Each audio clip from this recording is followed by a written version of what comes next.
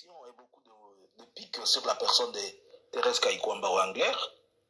Madame, par exemple, après avoir encore une seconde fois vérifié, Wangler a fait perdre à la RDC la force de la résolution 2779, si je me trompe, celle qui condamnait le Rwanda et qui demandait au Rwanda de retirer ses troupes. Mais la signature de Washington, en se référant au programme CONOPS du 31 octobre d'Angola, ça n'a pas produit cela.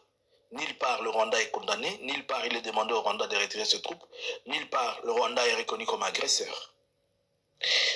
Nous apprenons qu'hier, Patrick Mouyaya n'a pas assisté à la réunion hebdomadaire que nous pouvons dire au Conseil des ministres. Le président Félix a refusé qu'il atteigne. Pourquoi? On lui a envoyé juste après les communiqués, c'est ce que nous apprenons. On lui a envoyé un communiqué pour lire. Pourquoi? Puisque, selon le président Félix, Patrick Mouyaya a exposé Madame Thérèse Kayikwamba et Thérèse Kayikwamba a été humiliée par des questions de plusieurs journalistes et de plusieurs attaques. Notamment, il y a eu des questions frontales qui l'ont fait tomber par terre. Elle n'a pas su répondre et pour ça, Félix est fâché puisqu'on a touché à l'actuel, au ministre des Affaires étrangères. Je vous avais un jour dit que moi, ces germes, pas ces germes, ces bouquets de fleurs qu'on avait amenés dans les conseils des ministres avaient un sens. Son sens direct était de dire à tout le monde, arrêtez de fixer vos yeux ici, ça appartient à la royauté, ça appartient au chef. Et le chef est mécontent que Thérèse soit exposée comme ça. Il y a une histoire cachée. Je ne vais pas aller trop loin, je ne vais pas être vulgaire, mais je vous dis la vérité, il y a une histoire cachée. Même les dispositifs militaires qui sont donnés à Thérèse et les dispositifs militaires qui sont faits lorsqu'elle fait des réunions, c'est compliqué. Donc, Mouyaya, on les sanctionne pour n'avoir pas protégé un autre ministre. Point d'interrogation. Point d'interrogation. Là où je me pose une question et j'ai posé à quelqu'un. Savez-vous que Thérèse Kayikwamba a fait plusieurs années au Rwanda? Et si Thérèse Kayikwamba a été pistonnée par Kagame de se retrouver là où elle est? Je posais la question à quelqu'un. Moi, je ne fais que réfléchir. Hein? Puisque ce genre d'histoire, Kagame ne blague pas avec. Kagame contrôle même ton assiette. Ça fonctionne là? Non! Tu vois que c'est bon les conserves. Ah, là. A été pistonné par Kagame. Et ce n'est pas possible. N'avez-vous pas remarqué que depuis qu'elle est là, le Rwanda a beaucoup d'avantages? Et c'est la politique à Félix, ou bien c'est la politique à Thérèse. Mais comme ça commence à sentir mauvais, l'IDPS va faire porter les chapeaux à Thérèse Kayikwamba en tout. Mais nous connaissons déjà Keza Biloko Mokonzi. Bouyoki Sabiloko Mokonzi sonité. Donc, Mikolo Mama Denise a remplacé par Kayikwamba. Je vous dis ce qui s'est passé. Ne venez pas m'agresser moi. Tant que Félix a coupé ces bouquets de fleurs liboso à Batugnon Soanengai collectionné. Tant que a coupé ces bouquets de fleurs, n'a éloge belé. S'il avait besoin de lui faire des éloges, administrativement, il n'a qu'à écrire, non? Pour le féliciter ou bien lui envoyer un courrier comme ça. Mais dans un conseil des ministres, et il sait que ça va être médiatisé. C'était quoi l'esprit derrière ça? Dire à tout le monde d'arrêter de fixer les yeux, Jean-Pierre Bemba et consorts, les caméras, arrêtez de regarder ici. Propriété privée. Et après ça, il lui fait encore une seconde fois des éloges. Et après ça, on l'appelle grande dame. Et après ça, moi je n'ai rien dit. Et on doit punir tout un ministre, puisque elle, c'est la ministre des Affaires étrangères. Comment elle ne peut pas être à mesure de répondre aux questions qu'on lui pose? Et maintenant, on fait porter les chapeaux à Mouyaya, que Mouyaya ne l'a pas bien défendu. Mouyaya a laissé qu'on on la noie. C'est Mouyaya qui fait à cause de Mouyaya, à cause de Mouyaya. Mouyaya a vu frappe. Est-ce que la guerre va-t-elle stopper ou bien elle va les reprendre? Sommes-nous pas en train de vivre Goma, deuxième phase? Les FRDC, Bakoyemba Nambangu, Bakotika équipement, Bakotika Nyonso. Mais la guerre, c'est la guerre. on peut ne pas sous-estimer les gens puisque on ne sait pas les tactiques nouvelles que cette équipe nouvelle a amenées et le comportement, ça on attend voir. Excusez-moi que j'ai débordé les 10 minutes, mais nous restons toujours dans notre chrono de 10 minutes. Peuple congolais, maman c'est là kokatate nalingaki bolanda, nalingaki vraiment bolanda na kimia nyos. Toza bongo lelo le 5 juillet 2025. Bandeko nanga makambo eza ya minene. Makambo nini ekomeli bango mibale. Politique ya Félix, politique ya ba humeur, politique ya ye moko. Eutika na moto na eboye esalemi. Peuple congolais babenganaki Patrick Muyaya lobi message euti na likolo balobi atia makolo na ye te na conseil des ministres. Patrick Muyaya, ça va? Tension, ça va? Bien réveillé? Patrick Muyaya. Azwaki pongi lelo te Patrick Muyaya. Kaka ndenge ndeko na biso uti koloba. Bandeko nanga mwasi wana azali allemande. Mama na yenda azali congolaise. Soki pe kasayenne toyebi te. Kasi tata na ye azalaka sango. Mupe. Nde mupe asali mwa chweke. Nde pe makambo pe yango toza ko vivre na RDC. Ah, RDC. RDC azana ba histoire ya lolenge na lolenge. Azana histoire ba lolenge na lolenge. Yango makambo mikolo yo ezama ministre des Affaires étrangères. Kombo na ye na maîtriser yango makasi mingi te. Moyena lobela bino yango penza boye ezali te kasi toloba kaka ministre des Affaires étrangères. Peuple congolais azalaki humilié. Il y a des journalistes et journalistes. Il y a des journalistes mususu basombaka bango te. Ezala ba journaliste mususu basalaka fierté na biso bato tolingaka bosembo, bato yo tolingaka vérité, information vraie. Loba nanga information vraie, information vraie. Wana ezali Louis France bandeko na ngai lokola pe azalaka mayele. Futur président. Bandeko ya bandundwe wabino mwana ye wana bochaye maboko bo préparer po biso linga bata mayele. Ngana za muta province orientale mais na moni mayele. Biso tokochaka Lumumba. Donc biso tolingi Congo uni, Congo forte. La RDC. Peuple congolais naza koloba pona bandeko na biso mibale wana. Kaka ndenge elekanaka Patrick Muyaya nenga yaka na ba briefing na ye. Ye penza mimona ke ngai na ya periode na ngai ba briefing ezalaki ba journaliste bazoyo tuna ba question nyonso. Nzoka ndeza na ba question nyonso te. Ba question elekaki niveau ya ministre na bino. Ba question elekaki ye niveau muta komi ko tata muta toki muta komi mwindu. Akomaki mwindu bala moko. Ata kwa botama na makila ya moto mwindu. Peuple congolais, bien sûr pe sangana ko yango esali kitoko. Peuple congolais komona makambo nyonso elekanaki nzoka Félix azolanda.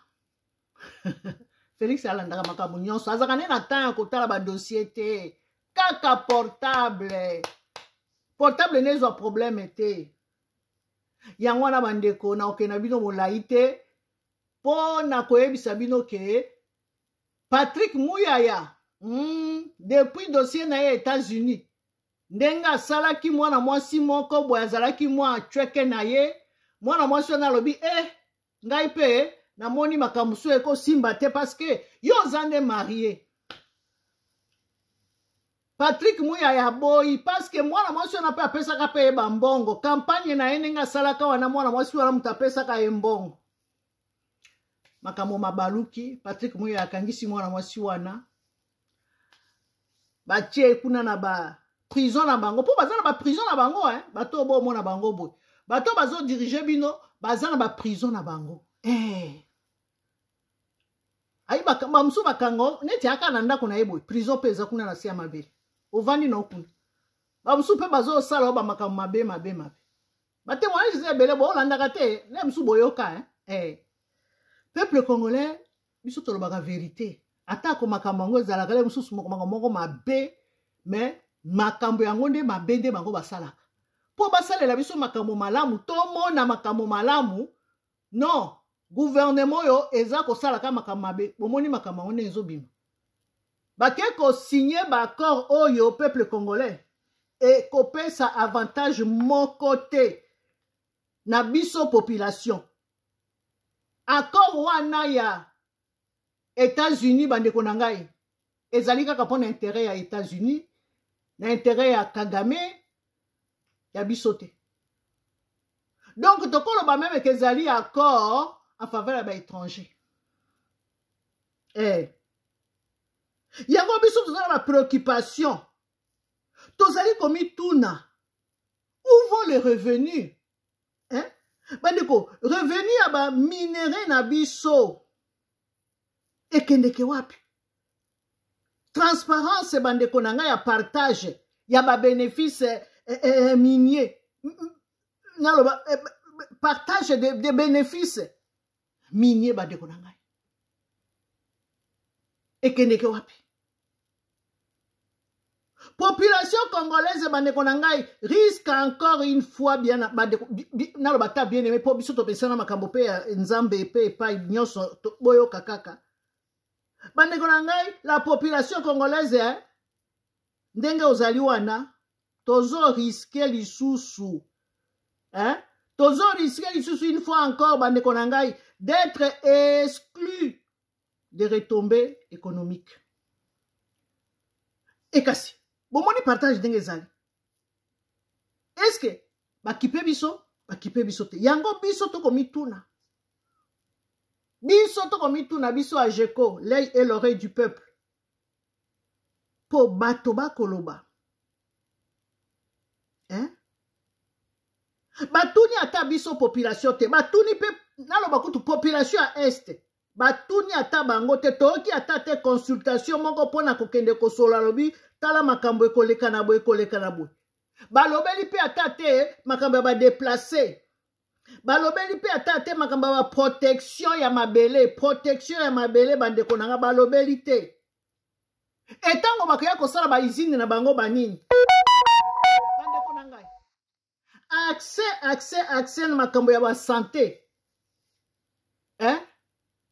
environnement na biso boyebi bato wana ntango bakoya kosala kotia baizine na bango ezalaka mpe na baeffet oyo ebebisaka sante ya bato bavandi bisika wana peuple congolais accord oyo nga na kolobela ke un accord sans mécanisme de contrôle pas de sanctions prévues en cas de non-respect pas de participation citoyenne au suivi Félix asali kaka ye moko yango nga nazoloba lobi biso AGECO l'œil et l'oreille du peuple oyo aza kolobela bino biso toza AGECO Fédération France tokosenga que accord oyo tobo yango. Tobo ya yango. Biso yon so peuple congolais tobo yango. Yango na biso tozoko lobalobi, tozali engagé pour la souveraineté de la RDC. Tokosenga. Une transparence totale sur les accords miniers et les pourcentages de chaque partie. L'instauration d'un fonds souverain pour les ressources minières avec un réinvestissement local garanti. La consultation systématique des communautés bandekonangai. C'est très important. La consultation systématique des communautés affectées. Vous voyez que bato bana ba blessure mingi. Bato bazana ba pasi mingi. Mais bato nakata bangote. Alors que makambo ezali nde kuna na est. Un mécanisme international de vérification du retrait des troupes étrangères. L'inscription de la justice pour les crimes comme des crimes commis comme condition non négociable de toute paix durable. Un observatoire citoyen chargé du suivi de l'accord avec accès public aux données. Peuple congolais, to fungola miso, to landela likambo soki ke bango baza ko continuer pona ko kende ko signer bakor wana. Bakor wana ezali na intérêt ya États-Unis. Yango États-Unis azali ko soutenir yango. Ezali na intérêt yanga na yote. Yango biso toza koloba ke tolingi transparence. Pona paix, pona kimia. Il faut paix justice. Makambo nyonso il faut ezana bosembo. Peuple congolais azana besoin ya kimia.